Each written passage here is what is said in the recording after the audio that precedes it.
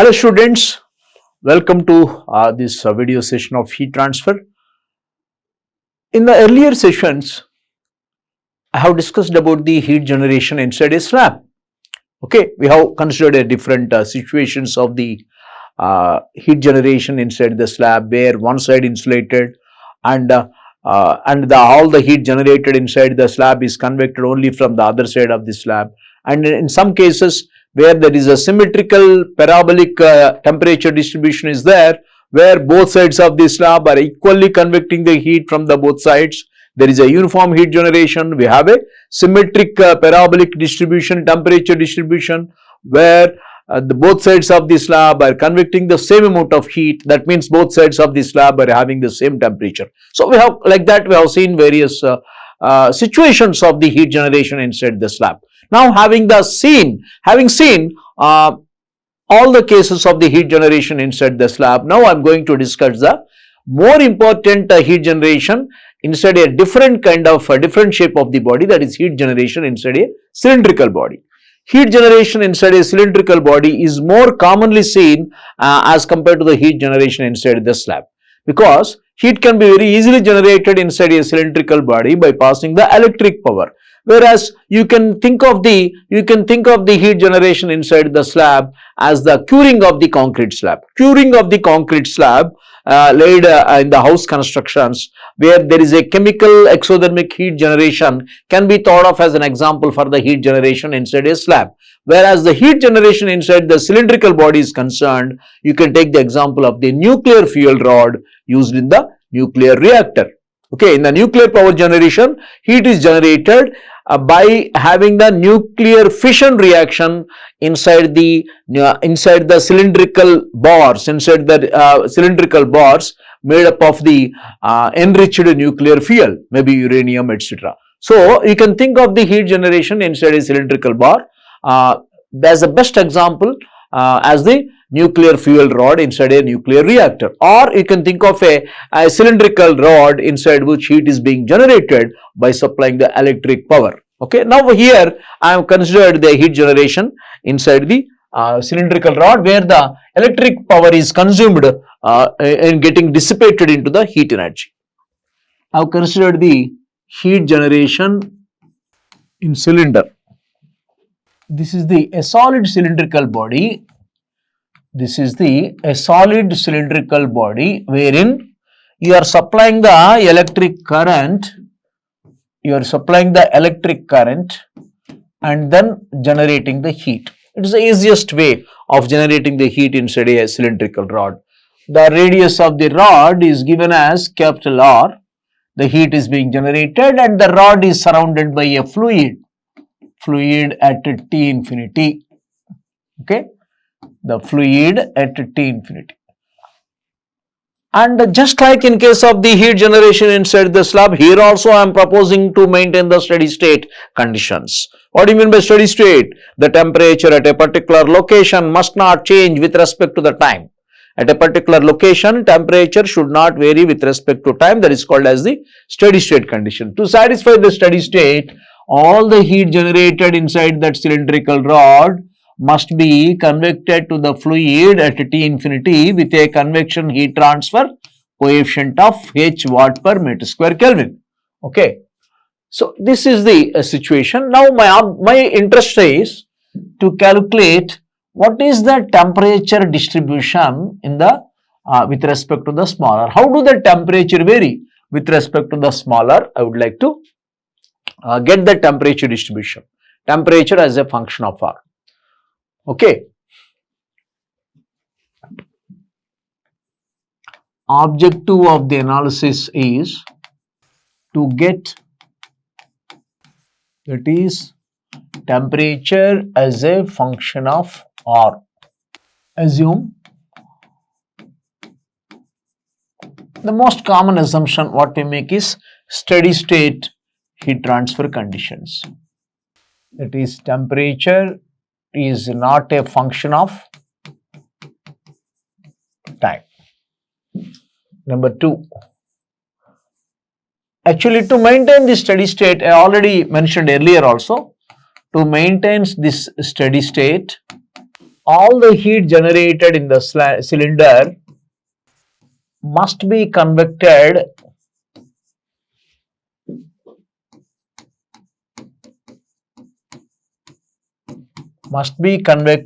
to a fluid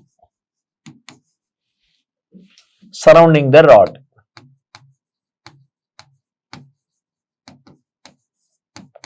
Then only we can maintain the steady state.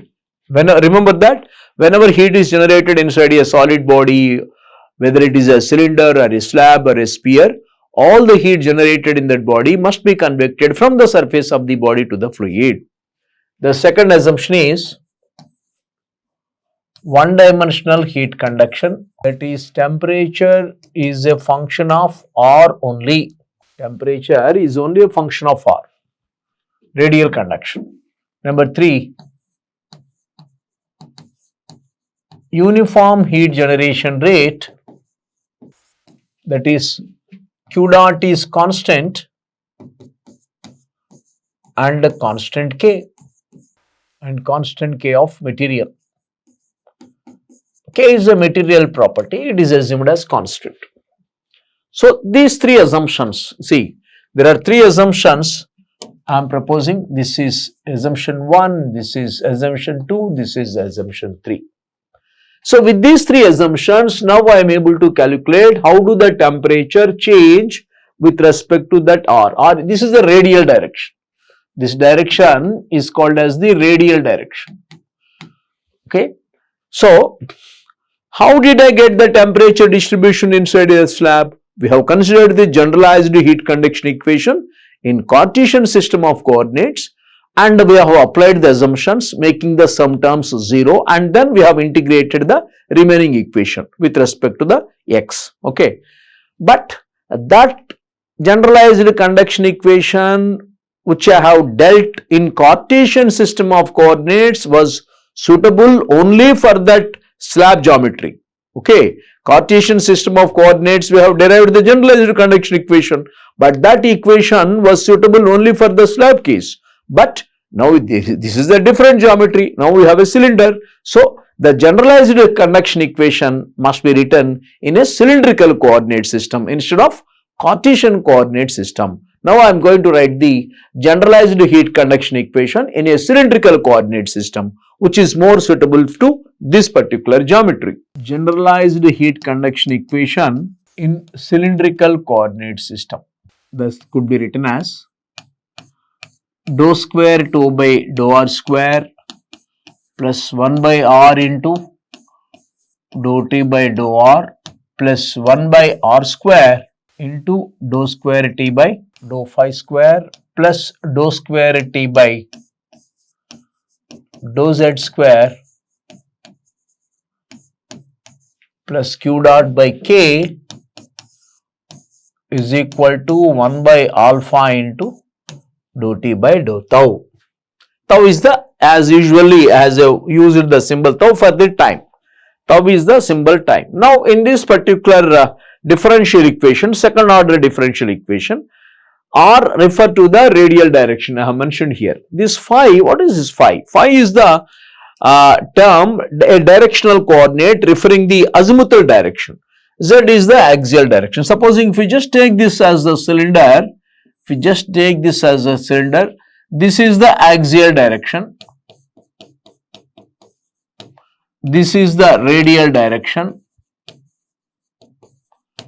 Now if we just take this cylinder in the side view, this is the azimuthal coordinate. This is the azimuthal coordinate. This is the azimuthal coordinate. See this. This is the azimuthal coordinate, angular. We can think of that as angular. This is the side view. This is the side view of cylinder. This is the axial. This is the radial. This is the azimuthal coordinate. We have the three coordinate system. You have the three directions here. Three directional coordinate system. This is axial. This is radial. Radial for the R. Axial is the Z. Axial is the Z coordinate. This is the azimuthal coordinate. Phi refer to the azimuthal direction. Z refer to the axial direction, R refer to the radial direction. Okay. R is equal to 0. R is equal to 0 at axis. R is equal to capital R at the surface. R is equal to capital R at the surface. R is equal to 0 at the axis. So, this is the coordinate system, 3-directional coordinate system. This is a generalized conduction equation in a cylindrical coordinate system, where R refer to the radial, Z refer to the axial, and phi refer to the azimuthal coordinate. But because we have assumed the one-dimensional conduction equation, temperature is only a function of R, temperature only varies along the radial direction, many terms in this particular differential equation become 0. Many terms will become 0, this will become 0, this will become 0. Okay, because things are steady, temperature is not a function of time, so this also becomes 0. Tau refer to the time. Tau means time coordinate.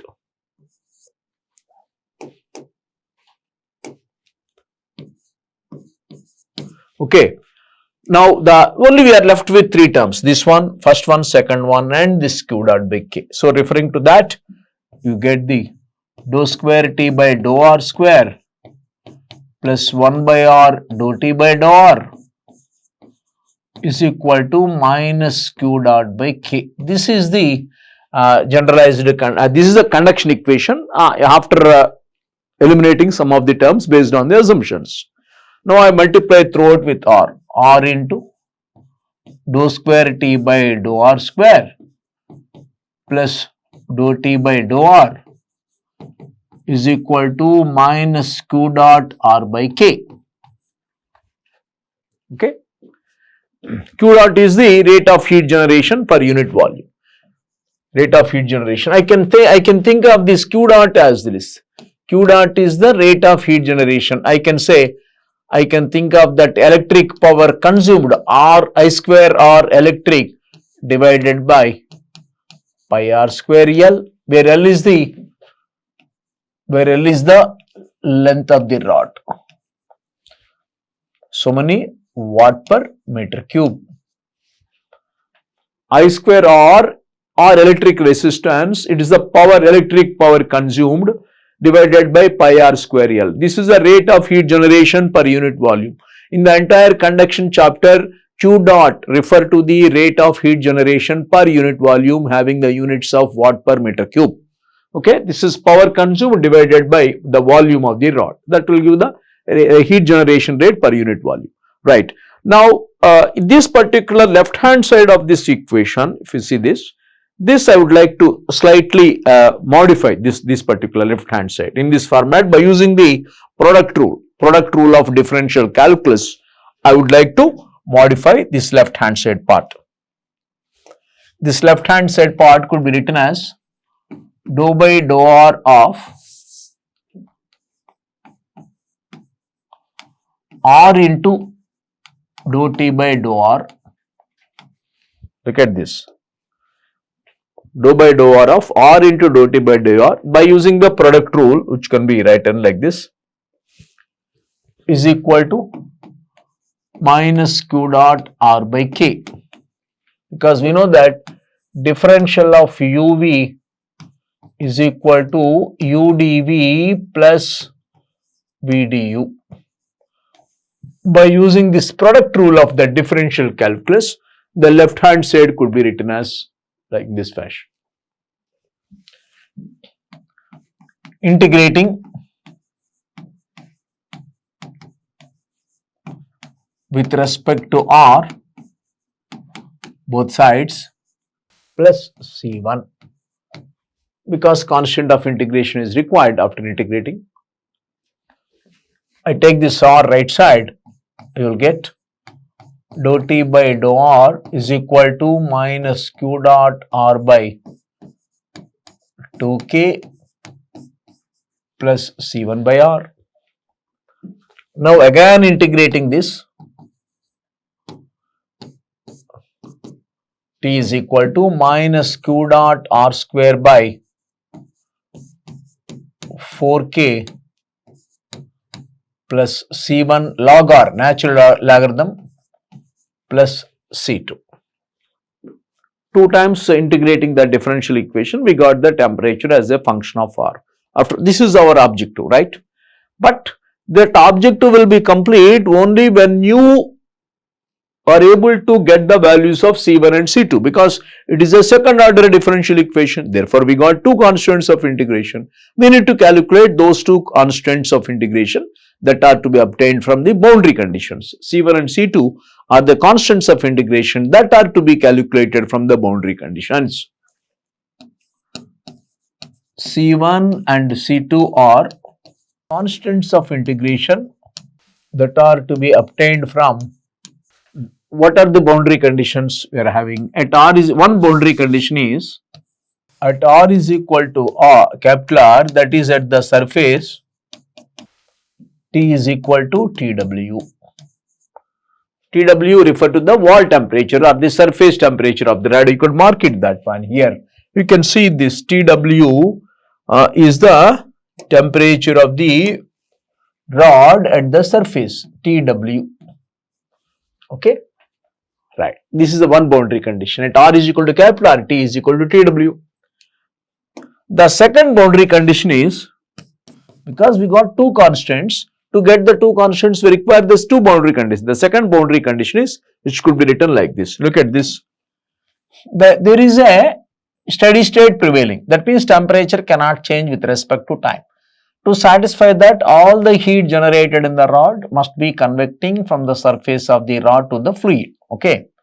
All the heat generated, it is being convected to the fluid, which is at a temperature of T infinity from the surface of the rod. But before that convection happens from the surface of the rod, first heat should get conducted at the surface of the rod. First heat should get conducted at the, before the convection happens at the boundary of the rod, first it should be preceded by the conduction. Convection at the boundary of the rod is always preceded by the conduction at the surface of the rod. One thing I would like to tell here very clearly, that the convection happening at the boundary of the rod must be preceded by the same amount of the conduction at the surface of the rod. Look at these arrows. All these arrows pertaining to the, all these arrows are indicating the conduction heat transfer happening at the surface of the rod.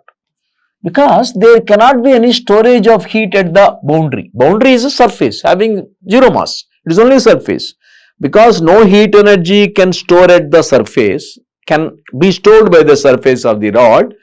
That is true for all the cases of the surface heat transfer. Whenever there is a solid body, if there is a convection happening at the surface of the rod, that convection must be preceded by the same amount of the conduction at the surface of the rod. Okay, conduction happening at the surface should be equal to the convection happening at the surface. That is the very important boundary condition. This convection heat must be preceded by the same amount of the conduction. That I use it as the second boundary condition. The logic behind that is, the surface is a massless. Surface has got only area. It has no volume. So, it cannot store any heat. So, for steady state heat transfer, heat generated in the rod should be equal to the heat conducted radially at the surface,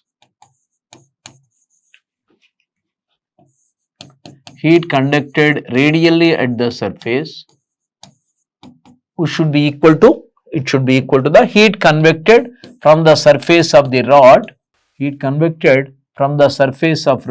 to fluid.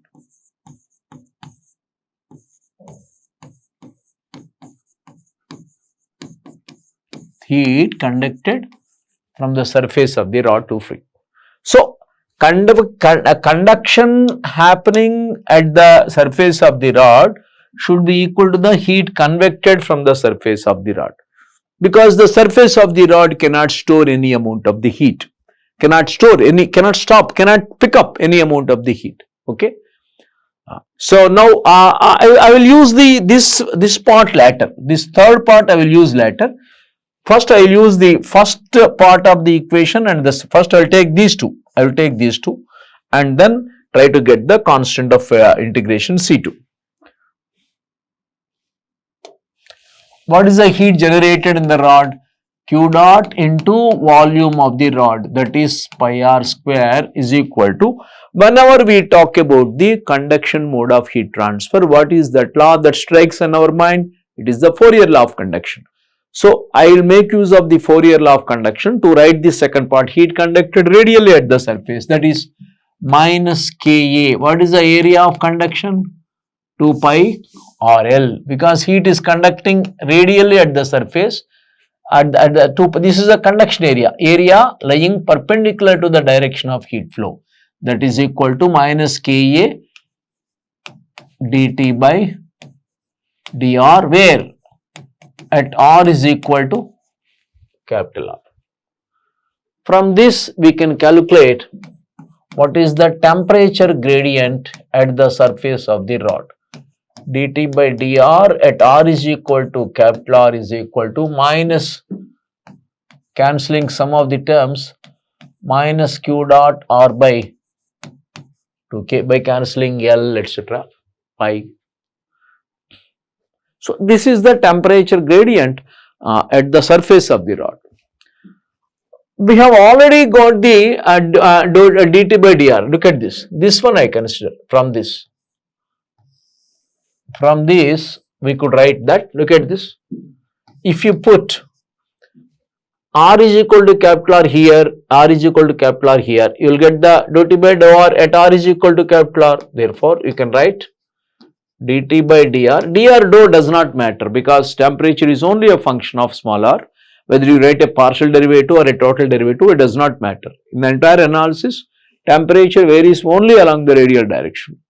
So I am putting r is equal to capital R here, r is equal to capital R. You will get the dt by dr at r is equal to capital R is minus q dot r by 2k plus C1 by R. This can be written as equation 1.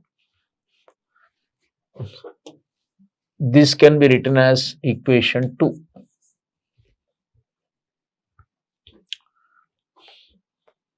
Comparing these two equations, comparing equation 1 and equation 2, left hand sides are equal. If you compare both the equations, left hand sides are equal, right hand sides also must be equal. Comparing 1 and 2,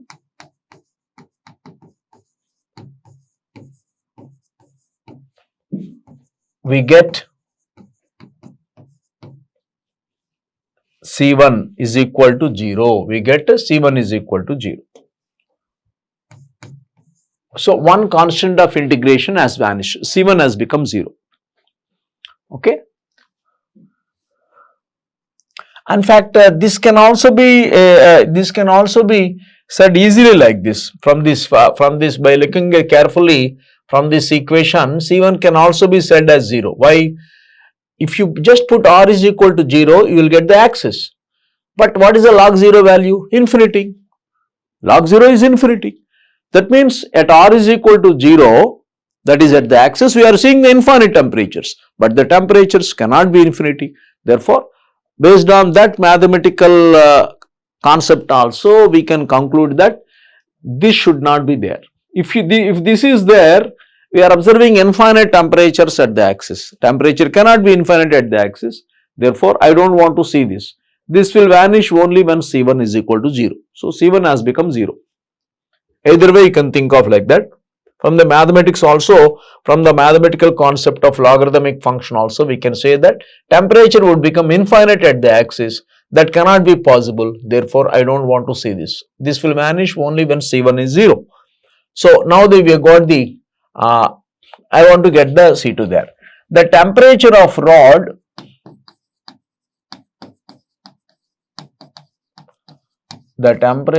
rod is maximum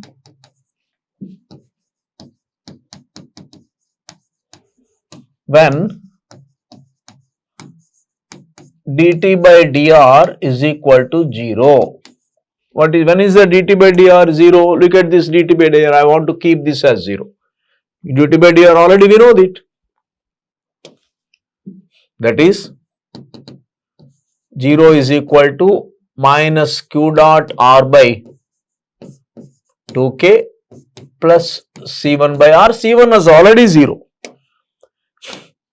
We already proven that c1 is already 0.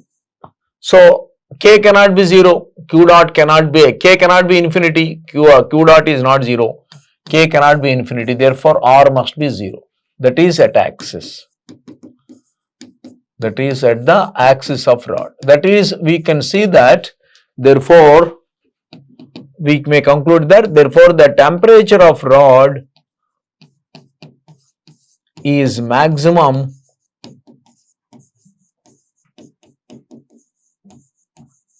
at the axis of rod. That is at r is equal to 0.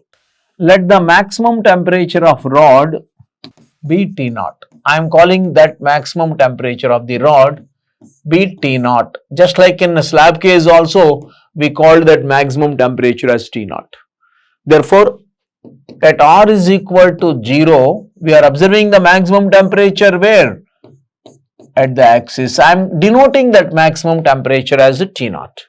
Now, if we substitute this particular boundary condition in this, we got the C2 as T naught. If we put r is equal to 0, T is equal to T naught, which is the maximum temperature. Therefore, if you substitute that, you will get the, substituting in temperature distribution, we get that. Therefore, T naught is equal to C2. What is the T naught? T naught is the maximum temperature in the rod which we observe at the axis of the rod.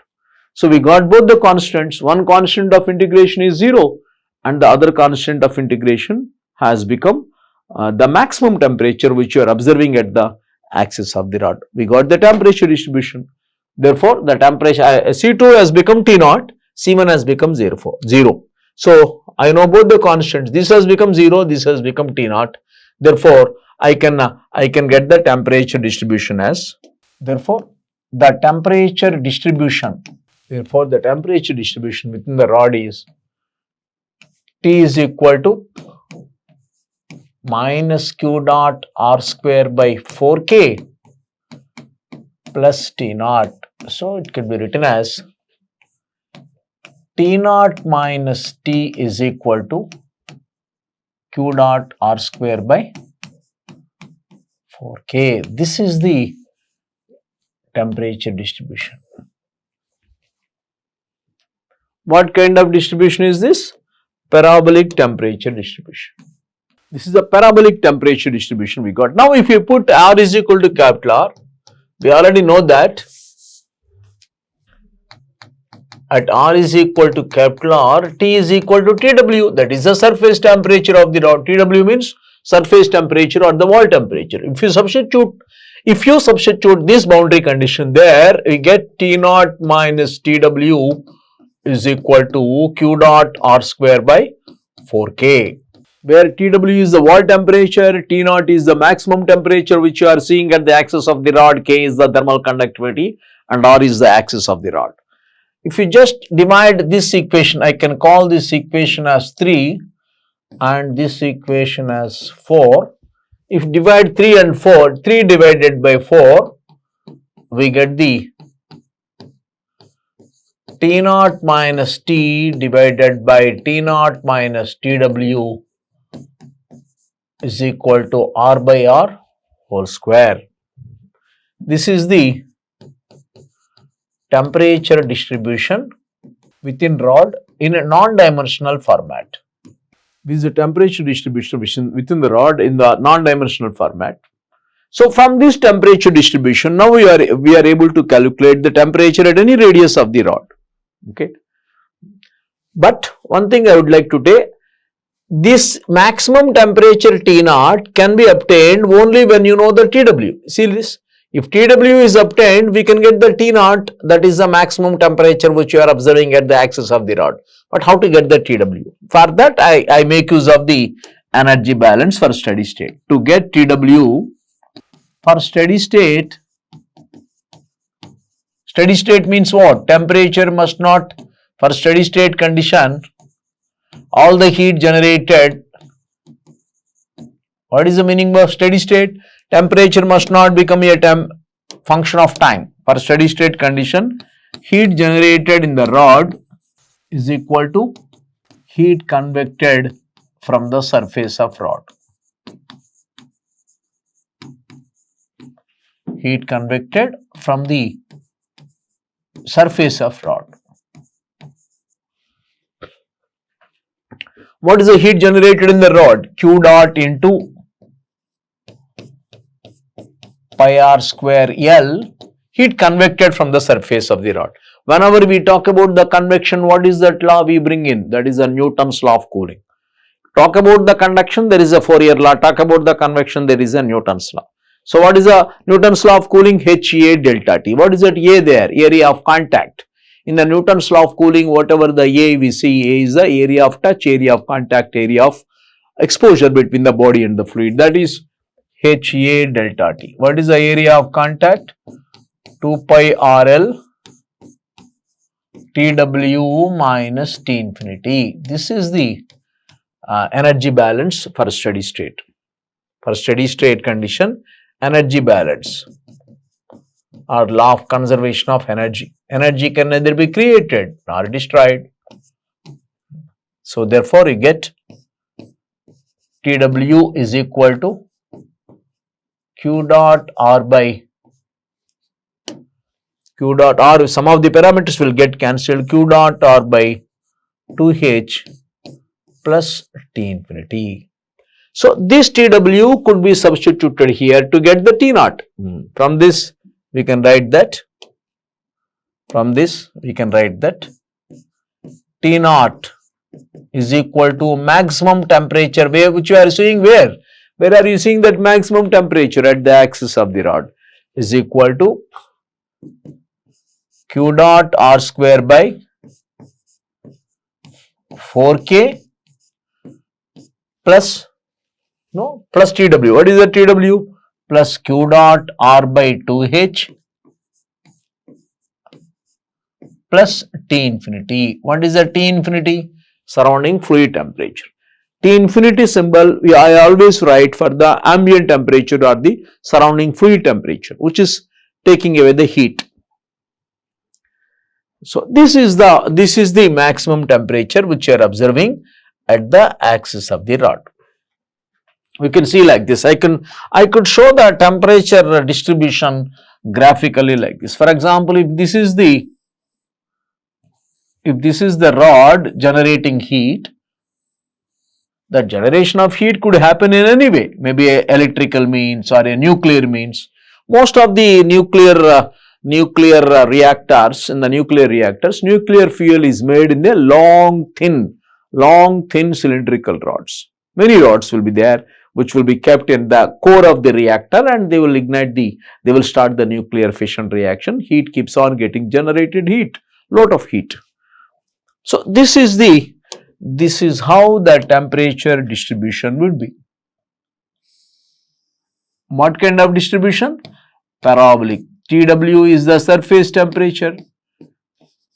This here, this is the maximum temperature which you are observing at the axis of the rod, here at the axis. This is the surface, and surrounding temperature is T, fluid. This is all fluid temperature to which heat is being convected to the fluid. This is a convection. This arrow indicates convection, because for steady state, heat generated should be equal to the heat convected. This is the temperature distribution, where capital R is the radius of the rod, and this is the radial coordinate. This is the radial coordinate. Small r is the radial coordinate direction. R is equal to 0 at the axis. R is equal to small r is equal to capital R at the axis of the rod. So this is how the temperature distribution we can indicate. Parabola only, symmetric parabola. You can already noted that temperature distribution. See this I have already noted it is a parabolic temperature distribution. In the slab also parabola, here also but parabola. But in the slab there is a chances for the unsymmetric parabola. If both sides of the slab are at different temperatures, there may be unsymmetric parabola. Okay. Incidentally, if we just consider the heat generation inside a spherical body, supposing if we just write the inside heat generation inside a spherical is a different geometry. Supposing if we just consider the heat generation inside a spherical body, R is the radius of the sphere. If heat is uniformly being generated inside the sphere, here also the maximum temperature will be observed at the center of the sphere. Maximum temperature. The surface temperature will be TW. There is a fluid. For steady state, all the heat generated inside the sphere should get convected to the fluid with a convection heat transfer coefficient of H watt per meter square Kelvin. Okay. Here also the parabolic temperature distribution. Not only in the slab, cylinder and as well as the sphere. In all the three geometries, whenever there is a uniform heat generation, Q dot is uniform heat generation throughout the body, everywhere generated, the temperature distribution will be parabolic. Here also, temperature is a function of R. Here also the parabolic temperature distribution. Here also the T naught minus TW can be given as Q dot R square by 6K. If it is a cylinder, it is 4K. In case of the spherical body, here it is a spherical body. No, it is Q dot R square by 6K. T naught minus TW. TW is the surface temperature of the sphere. Now, how to get the TW? To get TW, same. To get TW, we have to write the steady state condition energy balance. What is the energy balance for steady state? Heat generated in the entire sphere must be convected from the surface of the sphere to the fluid. For steady state of sphere, heat generated in the sphere, entire spherical body, heat generated in the sphere is equal to heat convected from the surface of the sphere. Heat convected from the surface of the sphere to the fluid. What is the heat generated in the sphere? Q dot into volume. Volume of the sphere will be 4 pi r square. What is the heat convected? Sorry, I written wrongly. Here Q dot into volume. Volume will be heat generated in the sphere. Heat generated in the sphere is equal to heat convected from the surface. What is the volume of the sphere? 4/3 pi r cube. What is the heat convected? Convection area will be surface area of the sphere into TW minus T infinity. This is the Newton's law of cooling. Whenever you talk about the convection, we always write the Newton's law. From this we can calculate what is the surface temperature of the sphere. So once we get the surface temperature of the sphere, we can calculate the maximum temperature. T naught is the, what is the T naught? Maximum temperature of sphere, which occurs at the center of the sphere. Here also the temperature distribution is parabolic. In the slab, cylinder and sphere, for all the geometries, whenever there is a uniform heat generation, temperature distribution will be parabolic. The maximum temperature in the cylinder, it happens at the axis of the rod. The maximum temperature in the sphere, it will happen at the center of the sphere. Okay. Now, I shall solve some few questions there. Look at this. This is the previous gate question only. Consider steady one-dimensional heat flow in a plate of 20 mm thickness with a uniform heat generation of 80 megawatt per meter cube. The left and right faces are kept at constant temperatures of 160 and 120. There is a slab There is a slab of thickness 20 mm. Heat is being generated uniformly throughout the slab with 80 megawatt per meter cube. The plate has a constant thermal conductivity of 200 watt per meter Kelvin. Okay. Now, where is the maximum location of the maximum temperature within the plate? First, I would like to draw the given data into a figure. I told you already, the heat transfer problems becomes very easy solving them if you can transform that particular problem into a simple figure and then put all the data and try to begin the solving. So, that way we can avoid many confusions because data will be so much. So, all the data you can indicate in a small, very simple line diagram, okay, like this. There is a slab of thickness 20 mm. Uniform heat generation is there. 80 megawatt, because therefore megawatt, I have to convert into the watt. 80 into 10 power 6. K is 200. Okay. Left hand side temperature is 160. Right hand side temperature is 120. The plate has a conductivity was given. Where do you see the maximum temperature? The location of the maximum temperature measured from its left face. This is a very important point you have to notice. At what location within the plate measured from the left face? That is the point we have to identify. Because he has asked the location of the maximum temperature measured from the left face, I am taking the origin at the left face. When you take the origin for the x at x is equal to 0 at the left face, here obviously it becomes plus 20 mm. But I want to keep it in meters. 20 divided by 1000, 0.02 meters. Every dimension we have to convert into the meter. So, this is the situation. Now, I am interested in calculating where do you see the maximum temperature? Where in the slab you can see the maximum temperature. That is the objective. For that, we have to rely upon the generalized conduction equation. Okay, because he has given the steady state one dimensional. Look at this, steady state one dimensional uniform heat generation. What is the generalized conduction equation? Reduces to d square T by dx square plus q dot by k is equal to 0. That will become d square T by dx square is equal to minus q dot by k. Integrating with respect to x,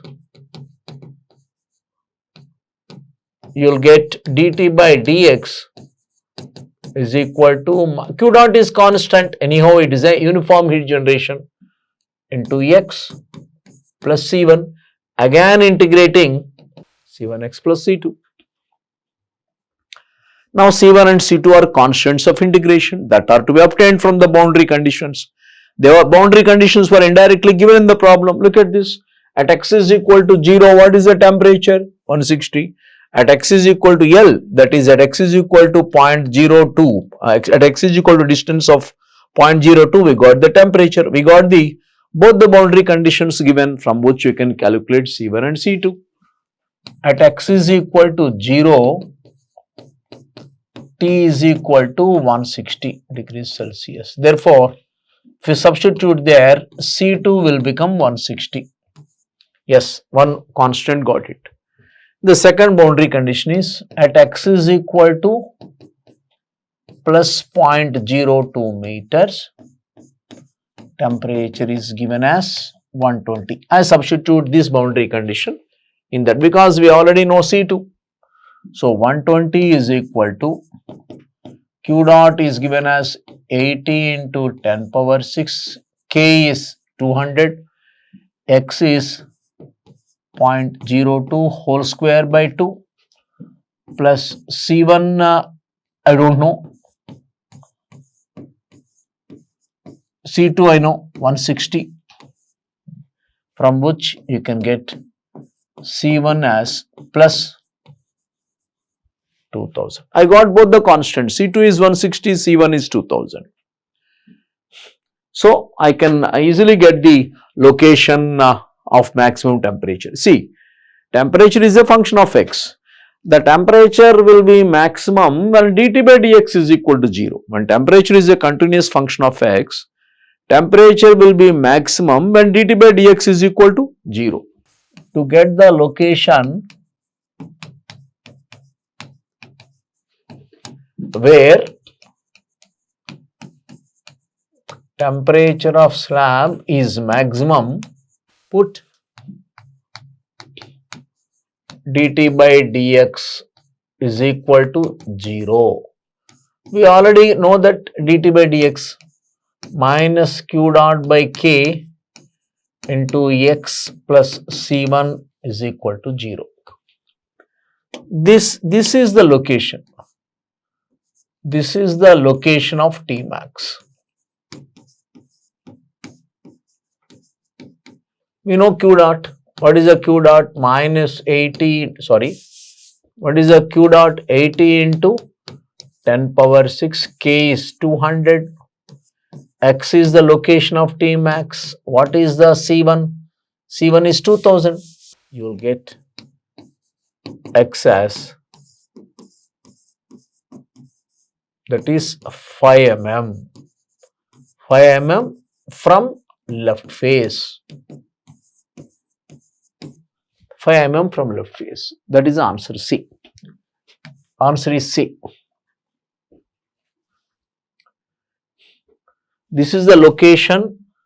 This is the location where the temperature of the slab is maximum. Actually, if you just use the common sense, and little bit of heat transfer concepts, if you understood the earlier discussion which I had given in my earlier video about the various cases of heat generation in slab, I have discussed when both sides of the slab are having the same temperature. One side of the slab is insulated. Like that, I have given different situations of the slab where the heat is generated uniformly inside the slab, how the temperature distribution will be. If we just look at this, both sides of the slab are at different temperatures. From this, I can definitely say that you will not see the maximum temperature at the mid plane. At the mid plane, you will definitely not see. This is a mid plane. This is a mid section. Mid plane. We will definitely saw the will not see the maximum temp. That means if this is 20 from the left face, it should is 10. Would you see at 10? No. The 10 option cannot be possible. 10 you can strike it off. Would you see at the 0? Because you are measuring x from the left face. Would you see at 0? X is, that will be possible. That will be possible now only when the surface is insulated. You can see the maximum temperature at the left face only if that particular surface is insulated. It is not insulated, not given. So this particular option also gone. When you look at the 15 mm, 15 mm is in the right half. But this temperature is more than this. That means we have to see the maximum temperature only in the left half.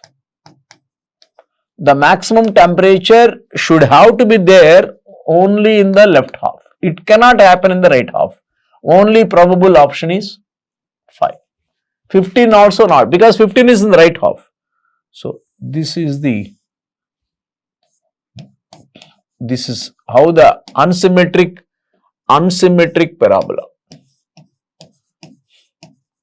You see the unsymmetric parabolic temperature distribution. Unsymmetric parabolic temperature distribution, because both sides or temperatures are not equal. We are seeing unsymmetric parabolic temperature. You will see this is the maximum temperature which you are seeing at 5 mm. Then what is that maximum temperature is the next question. The maximum temperature within the plate. We already got the temperature distribution minus q dot by k into x square by 2 plus c1x. C1 is 2000, C2 is 160. Put X is equal to that location where you are seeing that maximum temperature to get maximum temperature. Then the T max will be 165 degrees Celsius. Answer is B.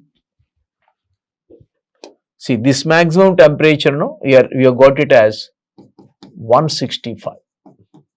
This is 160, is 165. Unsymmetric parabola. Both sides, mind that, both sides there is convection. Nothing is insulated. There is convection here, there is convection here to the surrounding fluid. But both sides are unequal convections. This convection heat and this convection heat loss will be different because both sides the temperatures are different. Okay, it is an unsymmetric parabolic temperature distribution. Look at this. This is also a previous gate question, recently asked question. Three slabs are joined together. He has given the figure also. Three slabs are joined together as shown in the figure. There is no thermal contact resistance at the interfaces. This is 1 meter.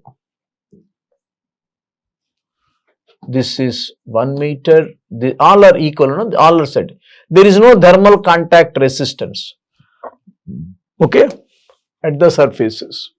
The center slab experiences a non-uniform internal heat generation with an average value of 10,000 watt per meter cube. With an average value of 10,000 here. Only here heat generation Q dot here. It is non-uniform heat generation. That means somewhere more heat, somewhere lesser heat. But heat generated only in the center slab. While the left hand, no heat generation here. Here no heat generation. Here no heat generation. Here and here also.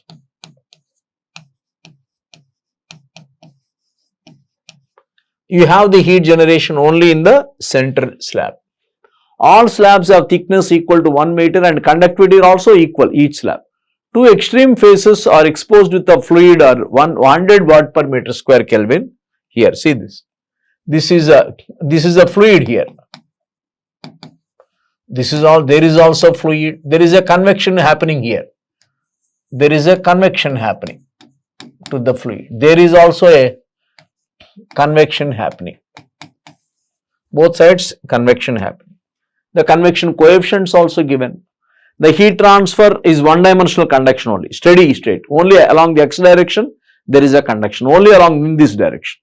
If the next extreme surface temperature is T1 is 100, what is the right side? This T2 is asking. What is this T2?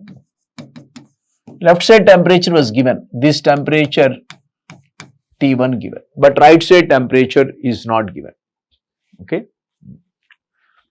Very simple, that if you just take the whole thing as one control volume, right? Whole thing as one control volume. For steady state, the entire whole three slabs put together I have taken as a control volume. But entire system, entire control volume is in steady state, is very clearly given, steady state, okay. He has mentioned here, somewhere in the steady state. You go, one dimensional and steady. This is the steady. Heat conduction also happening only one dimensional entire. So for entire control volume to be steady state, what is the energy balance?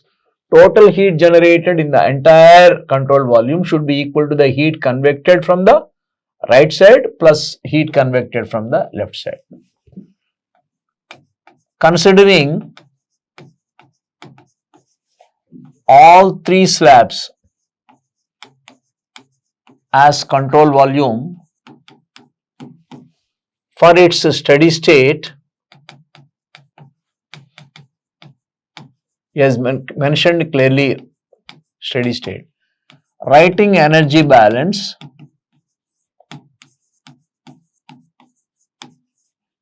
writing energy balance. What is the energy balance? Total heat generated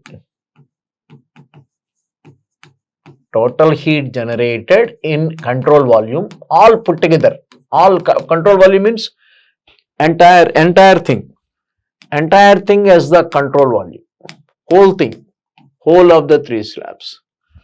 Heat generated in control volume is equal to heat convected from right side of the control volume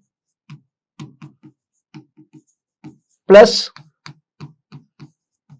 heat convected from left side. What is the total heat generated? 10,000 watt per meter cube non-uniformly. It is not generated. Here there is a more heat generation, here may be there lesser, here may be more, here may be lesser. But in the left side part of the slab and right side, there is no heat generation. You can notice this. No heat generation in the left side slab and right side. Only center slab there is a heat generation. What is the center slab area? This is the, if you just take this as the area, what is the volume? Sorry, this is the watt per meter cube. Volume will be 1 into A. So many watt. It should be equal to the heat convected from the right side. Right side, how much H on the HA?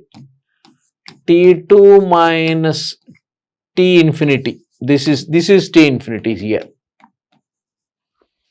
Right side plus this is HA. What is the left side temperature? 100 minus 30. Both the H values are same, 100. Okay. This is the right side. This is right side convection. This is right side convection. This is the left side convection from the Newton's law of cooling. Okay. We know that A gets cancelled throughout. We cancel the A throughout. So substitute there. 10,000 into 1 is equal to, right side H is 100, forced convection. T2 minus T infinity is 30. Right side. Left side also the convection coefficient is same. 100 minus 30. You will get the right side temperature in degrees Celsius. So, very simple question given in the recent gate only. So, this is how we have to write the energy balance considering the entire control volume as the under the steady state. Whole 3 slabs. Whole 3 slabs put together is under steady state. Then somebody may think that everything seems to be symmetrical here. Why did you will get a different temperature from the right side? What is the this is 100, no? You will get a different temperature here from the answer also. If you just calculate that, you will get a different temperature T2. You can easily calculate 10,000 minus 100 minus 10,000 minus 100 minus 30. 100 minus 30 is 70. 70 into that is 10,000 minus 7,000 it will become 3,000 here. So, I'll try to calculate what is that. 10,000, that is 100 minus 30 is 70, that is 7,000, that is 10,000 minus 7,000, it is 3,000 is equal to 100 into T2 minus 30. So, 3,000 by 100, it will become 30, 30 plus 30, it will become 60, right? From this, 3,000 by 30, that will become, is it 60? 3000 divided by 30. 3000 by 100. Sorry, 3000 by 100. 3000 by 100 will become 30. 30 plus 30, 60 degrees. So, you will see a different temperature. So, you are seeing, why you are seeing a different temperature is, it is a non-uniform heat generation. It is a non-uniform heat generation. That is the only reason because of which right side temperature is not equal to the left side temperature. In case if there is a uniform heat generation, I repeat once again, whenever you have, after solving the heat transfer problem, try to analyze the problem, because heat transfer is such a subject where after getting the answer, why that answer? Why that answer? Why not the different answer? If you start thinking it, that is called as a critical analysis of the problem. Okay, critical analysis of the problem. After getting the answer, why that answer like that? Why did you get the different temperature 60? Why not get the same? Looks 100 here. Why did you get the different temperature there? Okay, because of the non-uniform heat generation. In case if the heat generation is uniform throughout, you will definitely get the same temperature on both sides if you have the uniform heat generation inside the central slab. So that is how we could think of about this problem. Look at this. It is also a very good question. An uninsulated cylindrical wire of radius 1 mm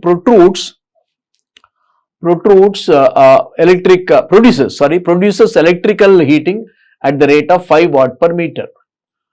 An uninsulated cylindrical wire. This is a cylindrical wire of radius 1 mm. This is R1 is 1 mm. Produces electric heating. There is some electric power generation. Electric power. 5 watt per meter. The temperature at the surface of the wire is 75.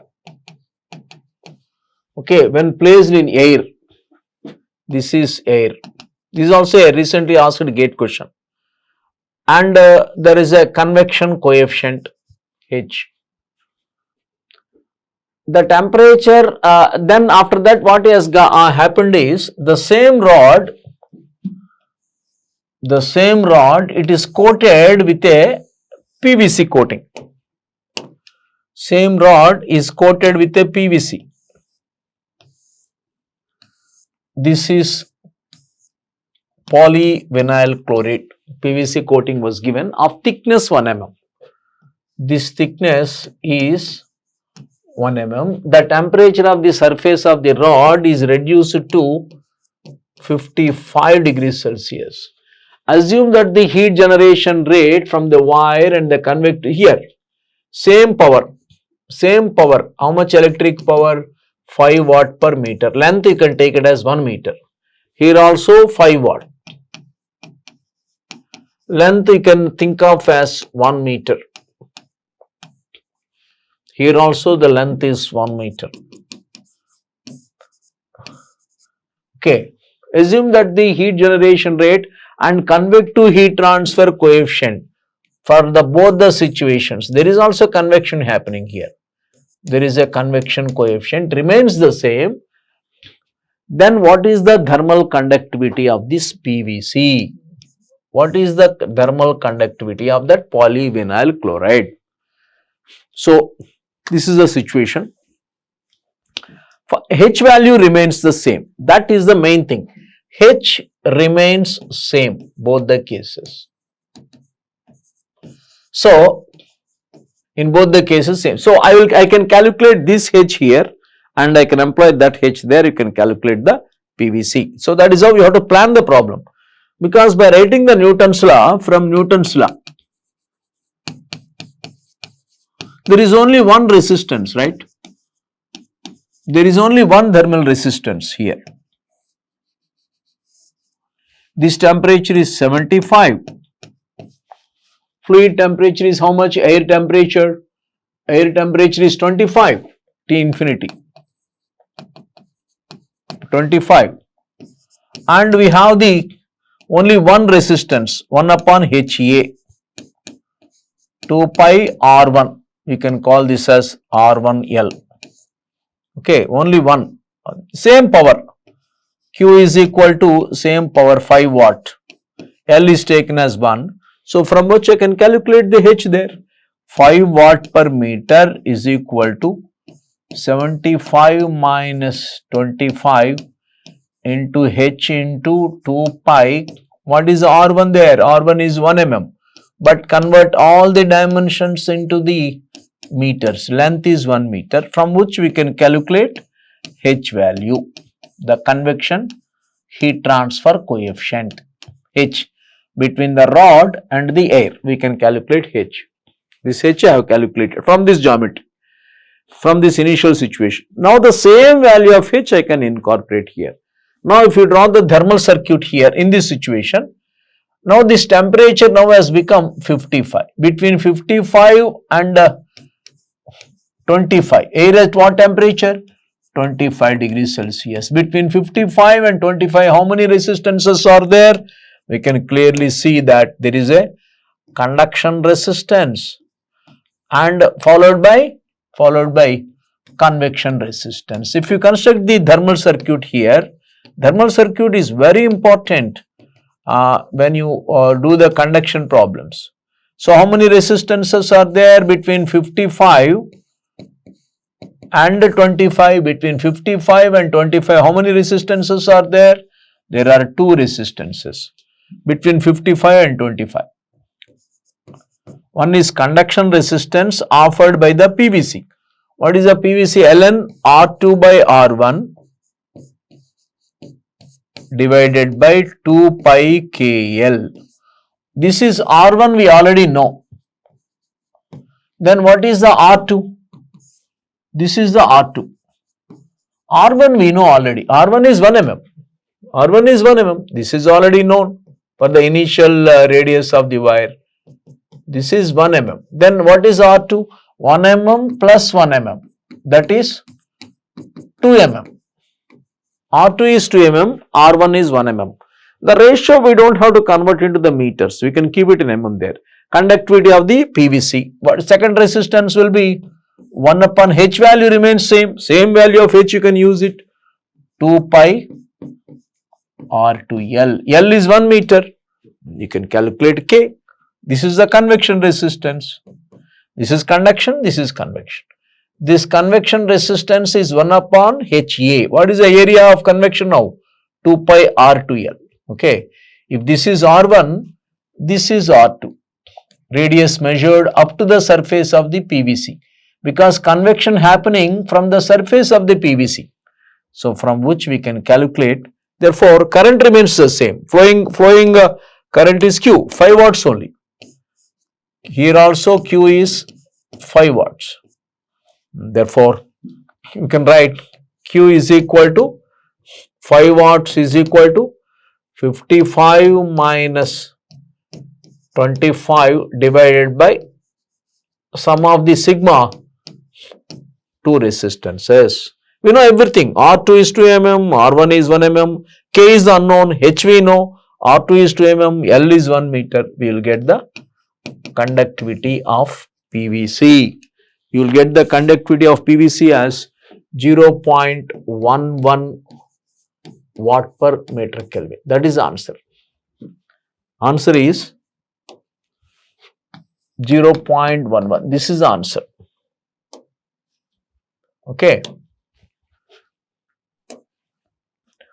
0.11 watt per meter Kelvin. The only logic in the problem is here we have only one resistance, that is convection resistance. There are two resistances between the surface of the wire and the ambient. There are two resistances. But one very important thing is there, whenever we are drawing a thermal circuit, the terminals, what are the terminals we are considering, that is very important. For this thermal circuit, the terminals is because convection is happening from the surface. This is a convection happening from the surface. The surface temperature is known. Between the surface and the air, there is only one resistance. There is air here, only one resistance between the surface, that is convection resistance given by 1 upon HA. From the Newton's law of cooling, I got the H value. The same value of H you have put up here between 55 and 25. After putting the PVC, the temperature of the surface temperature of the wire has become different. It is not 75 now, it is 55. Between 55 and 25, there are two resistances. One is conduction resistance and other is this arrow, no, this is the convection resistance. See, there is convection happening from the surface of the PVC. Okay, we got the K value of the PVC. Conductivity of thermal conductivity of PVC as 0.11. It is also a very good question. Two insulating materials, there is a pipe. There is a pipe. carrying hot fluid. Some hot fluid is there flowing. Whenever there is a hot fluid is flowing, if it is not insulated, the hot fluid may become cooler because of the heat loss. So, I want to maintain that hotness of the fluid, for which I want to insulate this pipe with two insulating materials. One lagged over the other. Lagging means covering. Two insulating materials I am keeping, insulation 1 and this is insulation 2. Two different materials but of the same thickness. Same thickness. Thicknesses are same, as very clearly given. If the radial thickness of the each material is same, this is the point. Okay. Which material I have to keep first to reduce this heat transfer? This is the radial heat transfer, radial heat loss. I want to have the lesser heat transfer. I want to reduce that heat loss. Otherwise, this hot fluid will become a cold fluid. I want to reduce that heat loss. To have, the general rule is this, to have lesser heat transfer from pipe to surroundings, to have lesser heat transfer from the pipe to the surroundings, which insulation I have to keep first? Always keep better insulator first. Better insulator means, what is a better insulator? When will you call it as a better insulator? Lower K. Better K, higher K, you keep it outside. To have lesser heat transfer from pipe to surroundings, always keep better insulator.